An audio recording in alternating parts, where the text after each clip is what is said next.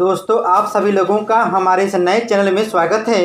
दोस्तों आपको बता दें, इस छोटे से वीडियो में आपको टेक्निकल और नॉन टेक्निकल से संबंधित ऐसे प्रश्न मिलेंगे जो आपको देखने में मज़ा आएगा और आप भी कहोगे कि छोटे से वीडियो का क्या कमाल है।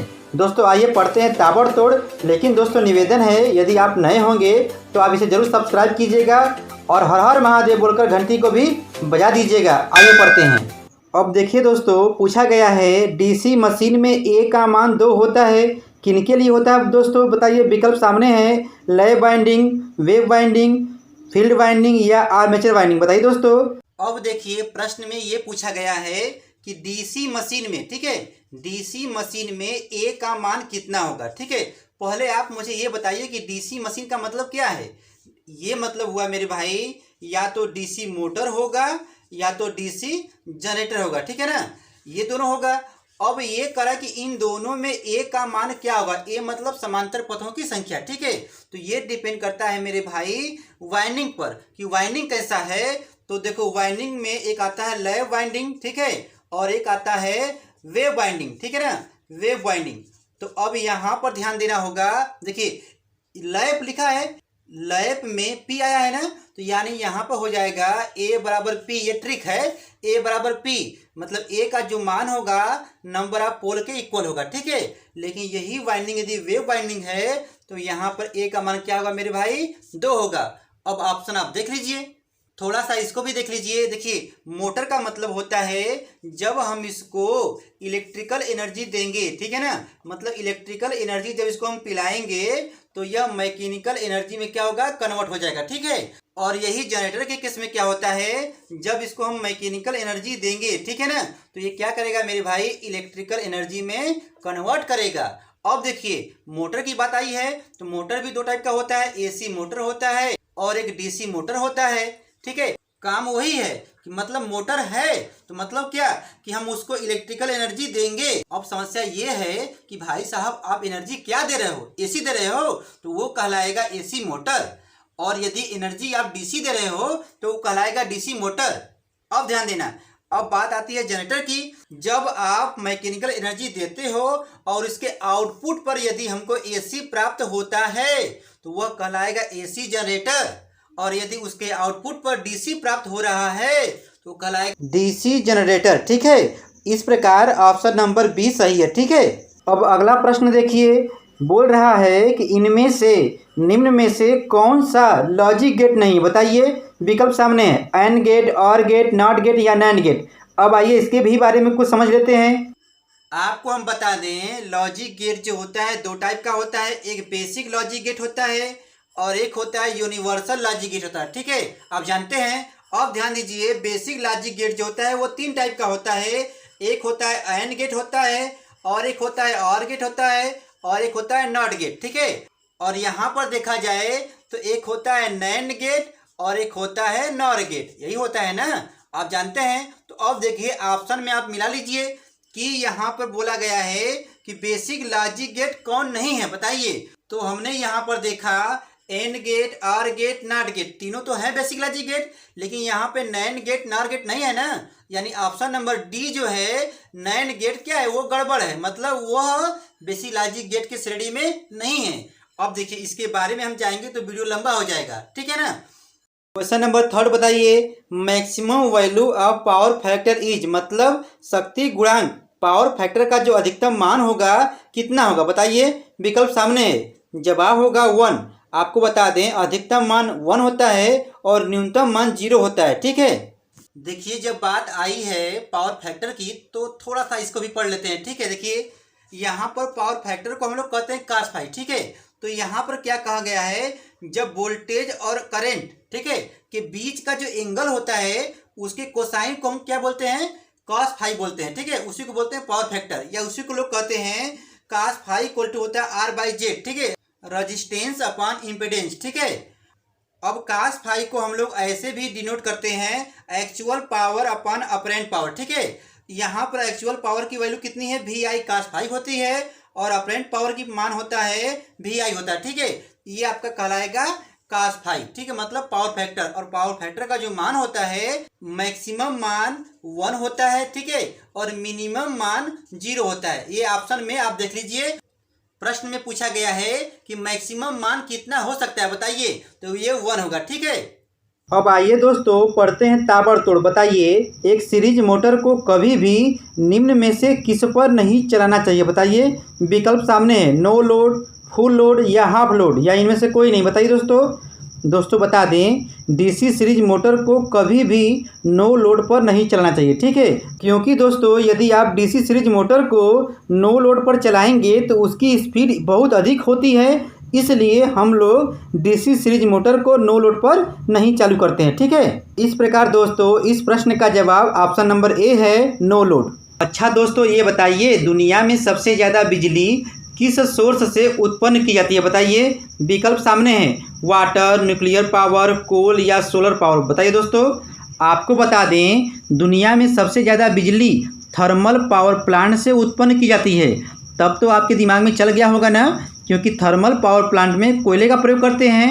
तब दोस्तों ये बताइए इसका जवाब क्या होगा? कोयला, ऑप्शन नंबर सी।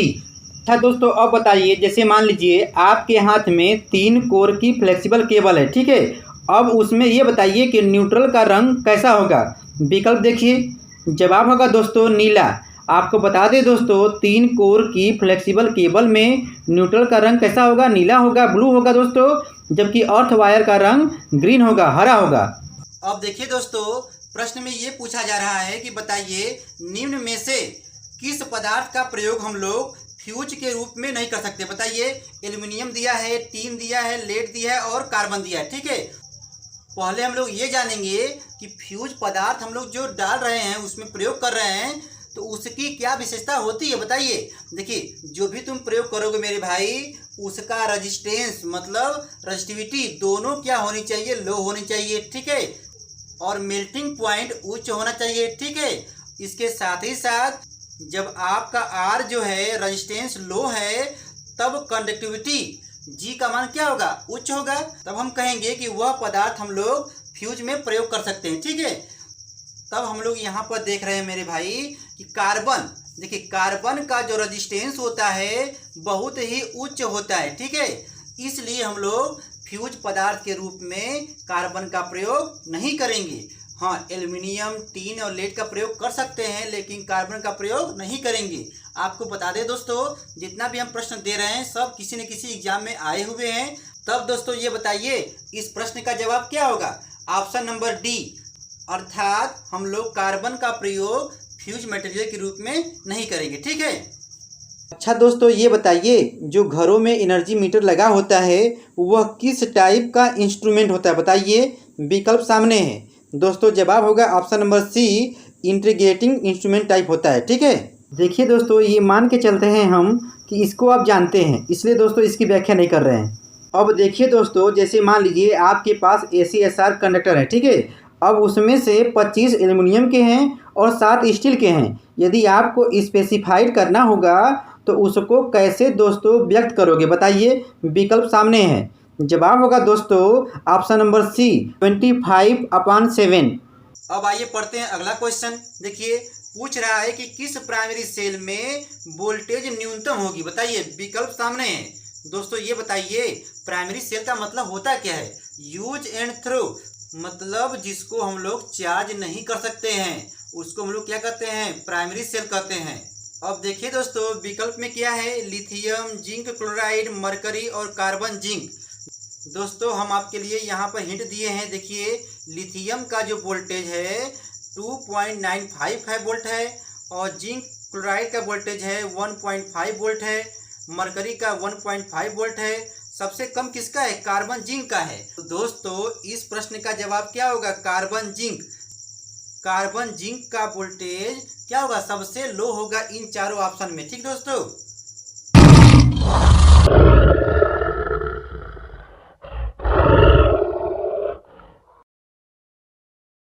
दोस्तों आप तो समझ गए होंगे कि प्रश्न किससे बनने वाला है। आइए दोस्तों बताइए, कौन सा शब्द सूर्य का पर्यायवाची नहीं है? बताइए दोस्तों, विकल्प सामने है, मार्तंड, मरीचि, पतंग या दोस्तों केसरी। दोस्तों पहले ये जानिए कि सूर्य का पर्यायवाची होता क्या क्या है। दोस्तों जवाब में आएगा मार्तंड, मरीचि, पतंग, तरड़ी, आदित्य, दिवाकर, प्रभाकर, दिनकर, भास्कर और दोस्तों भानु और रवि भी होता है। बता दें दोस्तों, इस विकल्प में ऑप्शन नंबर 4 जो दिखाई दे रहा है केसरी, वो दोस्तों नहीं होगा, क्योंकि दोस्तों केसरी किसका पर्यायवाची होता है? सिंह का दोस्तों होता है। सिंह का पर्यायवाची दोस्तों यहाँ पर लिखा गया है, आप इसको देख लीजिएगा। अब आइए दोस्तों एक क्वेश्चन जीएस से लेते हैं। बताइए वायुमंडल की आपेक्षिक आर्द्रता मापी जाती है। बताइए विकल्प दिया है दोस्तों, जवाब होगा हाइग्रोमीटर। अच्छा दोस्तों ये बताइए तब हाइड्रोमीटर, पोटेंशियोमीटर और इलेक्ट्रोमीटर किसको मापता है? बताइए दोस्तों, जवाब होगा हाइड्रोमीटर द्वारा द्रवों की सापेक्षिक घनत्व को मापा जाता है दोस्तों, जबकि दोस्तों पोटेंशियोमीटर से विद्युत परिपथ के दो बिंदुओं के मध्य विभवांतर को मापा जाता है दोस्तों। इसी प्रकार इलेक्ट्रोमीटर से दोस्तों दूध की शुद्धता को मापा जाता है। अब दोस्तों एक क्वेश्चन करंट अफेयर से लीजिए। बताइए हाल ही में किस राज्य में मिशन जीरो को लॉन्च किया गया? बताइए दोस्तों, विकल्प सामने हैं दोस्तों, जवाब होगा मुंबई में। अब देखिए दोस्तों, इसमें क्वेश्चन में लिखा गया है यदि कोई संख्या 10% मान लीजिए बढ़ा दे, ठीक है, तो कह रहा है बढ़ा देने से वह संख्या कितना हो जाता है भाई? 242 हो जाता है, ठीक है। तो कह रहा है कि तब मूल संख्या क्या थी? तो यहाँ पर ऑप्शन दिया गया है, ध्यान दीजिए। हमने माना वो संख्या कितना यक्स है और उसका मान कितना भाई? 100%, ठीक है। तो अब देखो जब 10% जब बढ़ा देते हो भाई तो 100% था, ठीक है, ये मूल संख्या मेरा था पहले से, ठीक है। जब 10% जब बढ़ा दोगे तो कितना होगा बताओ? 110% नहीं होगा भाई, ठीक है। तो ये किसके बराबर है? 242 के बराबर है, यही ना कह रहा है। तो इसको ऐसे लगाइए, चूंकि ऐसे कर दिए, इतना परसेंट जो है इसके बराबर है। तो अब बताइए 1% का मान क्या निकालोगे? बताओ 242/110, ठीक है। तो अब बताइए इसी प्रकार 100% का मान क्या होगा? तो क्या कहोगे भाई? 242/110 इंटू 100, ठीक है। जब इसको सॉल्व करोगे भाई देखो तो 1 0 से 1 0 क्या हो गया? राम नाम सत्य हो गया। अब देखो जब 11 को इसमें डिवाइड जब करोगे तो करो भाई, देखो 11 यहाँ पे हो गया, ठीक है, यहाँ पे हो जाएगा 242 हो गया, ठीक। अब 11 का दोस्तों पहाड़ा पढ़िए तो क्या होगा? 11 दूना के 22, तो यहाँ पे 2 हो गया बाबू, यहाँ हो जाएगा 22, ठीक है। जब ये घटेगा तो 2 बचेगा इसमें, और यहाँ पर फिर आ गया तो क्या होगा? 11 दूना के 22। मतलब ये हुआ कि ये 22 बार भाई कटेगा, तो 22 बार जब कटेगा, अब बगल में क्या है? इंटू 10 है, तो क्या हो जाएगा? 220। आंसर कौन सा सही है? डी, ठीक है। अब अगला प्रश्न देखिए, बोल रहा है कि निम्न में से कौन भिन्न है? बताइए उल्लू है, तोता है, चील है, बाज है, ये चारों ऑप्शन दिया गया दोस्तों। अब मुझे ये बताइए, अब इसको आपको दे दें कि हम बताएं? बताइए, इसको हम आपको दे दें लगाने के लिए कि आप मुझे कमेंट बॉक्स में जवाब देंगे? बताइए दोस्तों। चलिए हम आपको एक संकेत दे रहे हैं कि इनमें से शाकाहारी और मांसाहारी से संबंधित है। आप मुझे इसका जवाब कमेंट बॉक्स में लिख करके दीजिएगा दोस्तों आपको बता दें, हम चाहें तो और प्रश्न जोड़ सकते हैं, लेकिन दोस्तों ये मेरा पहला वीडियो है टेक्निकल और नॉन टेक पर। आपका यदि सपोर्ट मिलेगा तो हम और भी प्रश्न जोड़ेंगे दोस्तों, आपको ताबड़तोड़ जो है क्वेश्चन जो देते रहेंगे। इसलिए दोस्तों आपसे निवेदन है, इस चैनल को यदि आप नए हैं तो जरूर सब्सक्राइब कीजिएगा और हर हर महादेव बोलकर घंटी को बजाना ना भूलिएगा। आपका दिन शुभ हो, धन्यवाद।